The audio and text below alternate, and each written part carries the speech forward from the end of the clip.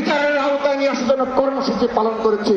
কিন্তু এই ছাত্রলীগ যখন মিছিল করে তখন এই বাংলাদেশে এই ছাত্রদল প্রতিরোধ কেউ আর ছাত্রলীগকে প্রতিহত করে না।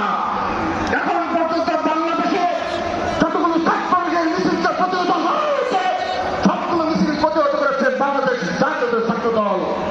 শুধু তাই নয়, আমরা প্রতিহত করে আমাদের দায়িত্ব শেষ করিনি।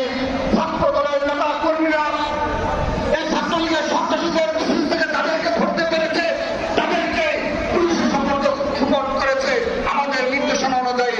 শুধু তাই নয়, সকল শিক্ষা প্রতিষ্ঠানে আমাদের নির্দেশনা দেওয়া হচ্ছে চিহ্নিত ছাত্রলীগকে দেখা মাত্রই প্রশাসনকে অবহিত করা। কিন্তু প্রশাসনকে অবহিত করলে এই ছাত্রলীগের সন্ত্রাসীদের ধরার বিষয়ে সামান্যতম আমরা খুঁজে পাইনি। প্রিয় উপস্থিতি, আমরা